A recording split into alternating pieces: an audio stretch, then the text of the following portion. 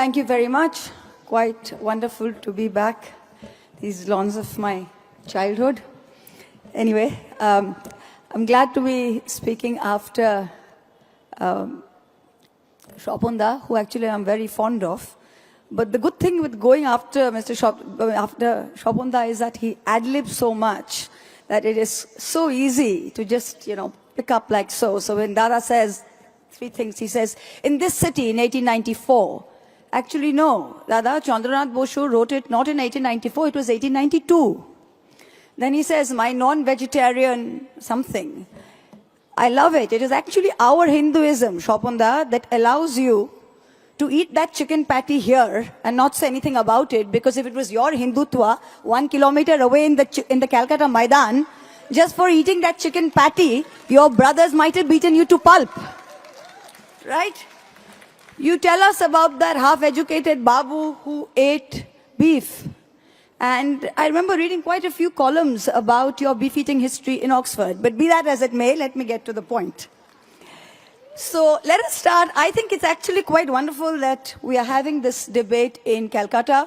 Even with all the Ghuspetias in the audience, I think it is one of the few cities in which we can have this debate today.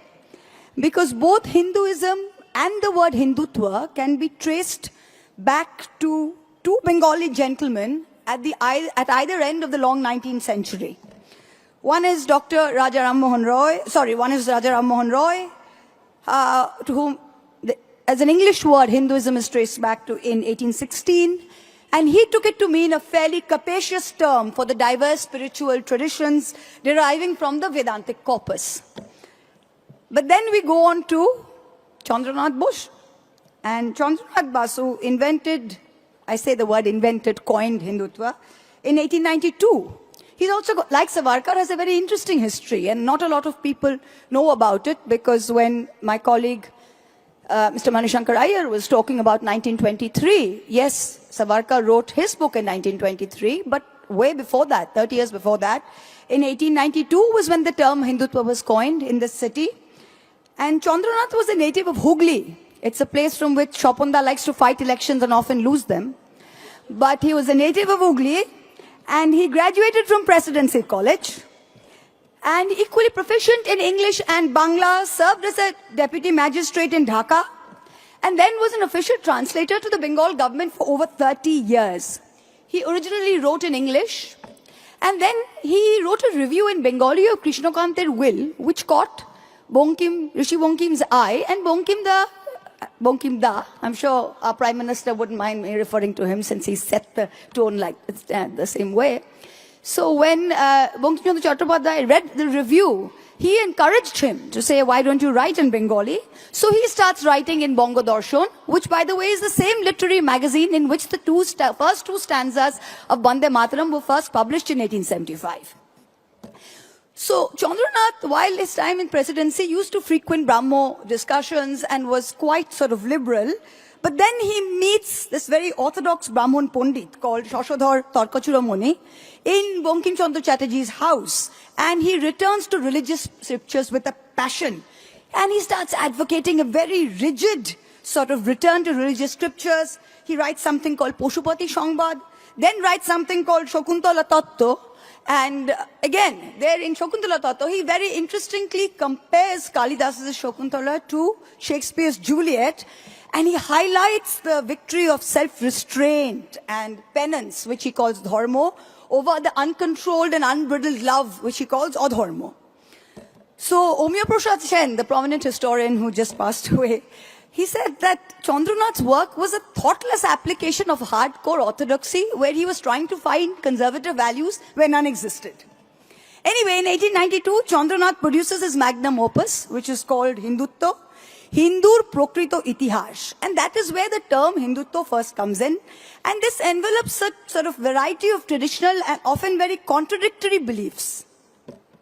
Chandranath goes on to portray Hindus as fundamentally superior to people of all other faiths, says Hindu traditions are superior to Western culture, says India shall not be a homeland for foreign religions like Islam and Christianity. He says Tantra is an integral part of Hinduism. It represents an inherent Hindu manliness and vigor. And He then writes 2 pamphlets, and for all the women in the audience, you'll quite enjoy it. I mean, it's quite pitchy. In these pamphlets, Chandranath says, the superiority of the Hindu woman is in her dedication to cooking in the kitchen for long hours because she can take the heat and smoke. He then writes Savitri Tattva. He says Savitri is the ideal Hindu wife. And then besides this, the other interesting things he did, again, I'm speaking here on the second oldest club led by, for the first time, a lady. He supported child marriage. He says this led to the development of the ideal housewife. He prized female chastity as a social gift, mind you. He opposed reforms in female education. He opposed widow remarriage. He dissented against the 1891 Consensual Age of Consent Act, which raised the age of sexual intercourse consent of women from 10 to 12, which said that, it would be rape if it was more than under the age of between 10 and 12. He says, no, the age of 10 is absolutely okay. So this is his concept of Hindutva. This is the man who gave us Hindutva. And this is what you're proud of. But Chandranath, for all his faults, his Hindutva was confined to a religious, a scriptural, and a literary framework. Then what happens? Then comes along 1923. Who do we have? We have Vinayak Damodar Savarkar. He is the one who gives Hindutva the core political spin. If it weren't for him, we wouldn't have all the Ghuspaitias in the audience, because Chandranath's Hindutva was actually quite boring, It was Savarkar who tied this Hindutva to a theory of monolithic Indian nationalism, this territorial, racial, cultural, political nationalism that had no room for Islam, it had no room for Christianity, no other form of consciousness that couldn't be traced back to a Hindu core. Now, it's also important to note here that the very word Hindu is not in the Vedas. It's not in the Upanishads. It's not in any Vedantic Upanishadic corpus. It's not in the epics. It's not in the Dharma Shastras. It's not in any major Sanskrit or Prakrit literary text. It is not even in the majority of the Puranas.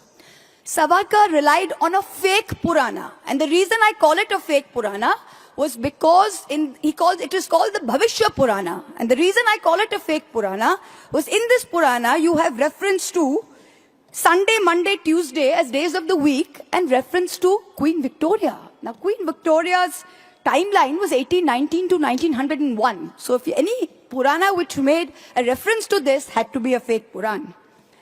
And then Savarkar, what he says militarized Hinduism and Hinduized militarism. When after Savarkar pleads with the British, gets a get out of jail free card, remember he goes out and he boycotts the Quit India movement. When Gandhiji calls for the Quit India movement in 1942, Savarkar's boycotting it. He's head of the Hindu Mahasabha. He boycotts it and he is asking members of the Hindu Mahasabha, please get into the British army.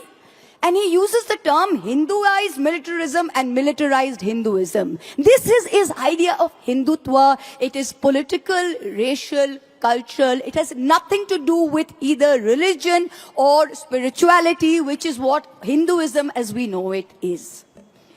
And when you talk of, Shapunda again was referring to this, Savarkar actually wrote, he said, he hated Muslims, but he said that the one good thing about Muslims is when you're talking about Muslims in the medieval age, they went around raping all these Hindu women and giving birth to more and more Muslims. And Hindus should actually take a leaf out of that book, because this suicidal Hindu idea of chivalry, of treating enemy women with respect, was going to do no good for the predominance of the Hindu race. Now, as Hindus, we can accept the diversity of practices under rubric Hinduism as a modern concept, and we can argue about how liberal it is, how open it is. On one side, you can have the spirituality of Ramakrishna Dev, which is highly accommodative. You have Belur Mott that has Jishu Pujo, which has Jishu Utsav, where you have a aroti done with cake and flowers, and, that's on one side, where he regarded even Jesus as a form of divinity, which was absolutely okay with Ramakrishna. He saw no conflict in that. And, but even the RSS, I would say, they do not confuse Hindutva with a religion. Hindutva is a political expression that seeks to consolidate Hindus in an exclusionary platform that is adversarial. That is the soul. If there is one word that is the divide between Hinduism on one side and Hindutva on the other, it was adversarial. Hindutva believes that as a political platform, mine is the only way, and Hinduism believes as a religion and a spiritual platform that there is room for a lot of others along the way. So for instance, while there's some Hindu practices, 1 minute, where Hindu practices and Hinduism can imagine love between Hindus and Muslims, a Hindutva practitioner will say, no, this is love jihad. So a Bengali Hindu eating meat will offer meat to Ma Kali, but a practitioner of Hindutva will say that's not on. So a Hindu doesn't need to bother about the fact that there are lots of things that we do, including imagining Ma Kali in a form and referring to Krishna as the love of my life. There's nothing wrong with it. It's not blasphemy. But for a Hindutva, that is blasphemy. So the core question here is, does Hinduism need to protect itself from Hindutva? I would say that the best way to continue to protect Hinduism is to continue to realize that Hindutva is there because Hindutva was there, because Hinduism was there. Hindu ache bole Hindutva holo. It is not the other way around. So in a way, when Hinduism is religious, it is spiritual, and the only need of the hour is to free it from this Hindutva sort of brand of rabid, noxious political nationalism that has overtaken it. And we've got to wind up. Sorry. Mr. Manishankar, I referred to this. I'm going to wind up right here. Now, when we're talking of Calcutta Club, one of the most important things about Calcutta Club that I remember from my childhood used to be the Christmas lunch. And while everyone wore their Santa hats inside, including, I'm sure, Mr. Das Gupta, and enjoyed his turkey and Christmas pudding, you had lots of people going outside and saying, "Oi dekchi shota hocche Calcutta Club. Shekhane elitera boshe Santa tupi pore tara bideshi khabar khaye." But you know what? Even today in Bengal, that same thing has been replicated in Park Street. No one's tried to ruin it what was happening in Calcutta Club. That's the difference between Hinduism and Hindutva. We have tried to replicate this somewhere else rather than coming in and saying, let's destroy this once and for all. So that's the classic difference between there. Hindutva is there because we as Hinduism allow it to, not the other way around. Thank you so much.